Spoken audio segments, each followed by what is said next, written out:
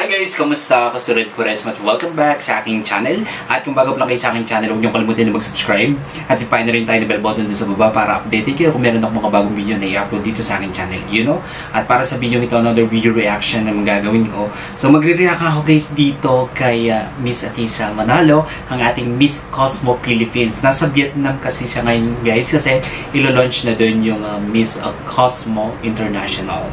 And grabe, sobrang daming fans ni Miss Atisa Manalo sa Vietnam. Talagang pinagkakaguluhan siya dun guys dahil sa napakagandang pambato natin sa Miss Cosmo Philippines. And talagang isa siya sa pinag-uusapan sa buong Vietnam. Hindi lang sa Vietnam, pati sa ibang kalapit country natin.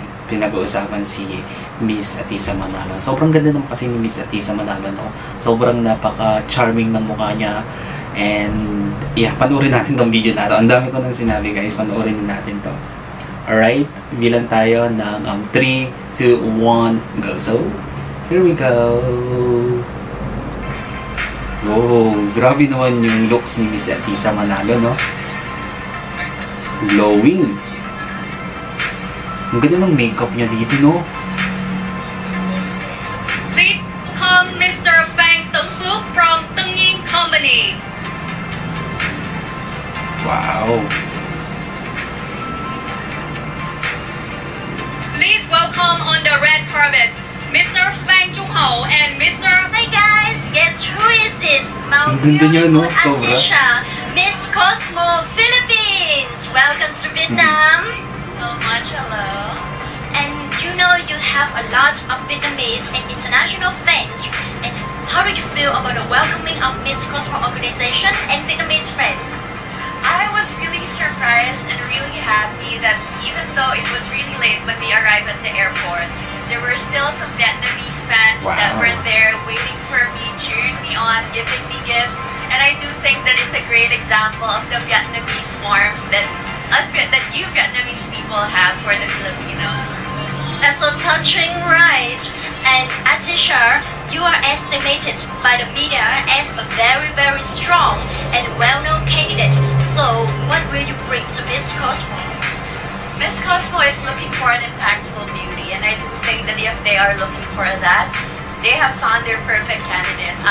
Grabe, napaka-telegenic niya sa screen, no? And I have impacted thousands of Filipino lives by giving them opportunities and jobs. Oh my god, her journey is really worth waiting for. And let's wait for her performance in Miss Cosmo. And okay, one small mini game. I will count to 3. We will say, I love Miss Cosmo. And then, I love Vietnam. Okay, I love Miss Cosmo first. Okay, 1, 2, 3. I love Miss Cosmo. And now, I love Vietnam from Vietnamese friend. 1, 2, 3. I love Vietnam. Love you, Vietnam. Thank you, Atisha. My beauty. Grabe. Wow, grabe naman to, Miss Atisa Manalo. You're so beautiful. Napaka-telegenic sa screen, no? And sobrang napaka-amo ng mukha niya. Napakaganda. Tignan mo guys, no? Nasa Vietnam siya. Grabe yung fan base niya doon. Sobrang daming may gusto kay Atisa Manalo. Kaya support natin si Miss Atisa Manalo. Diba?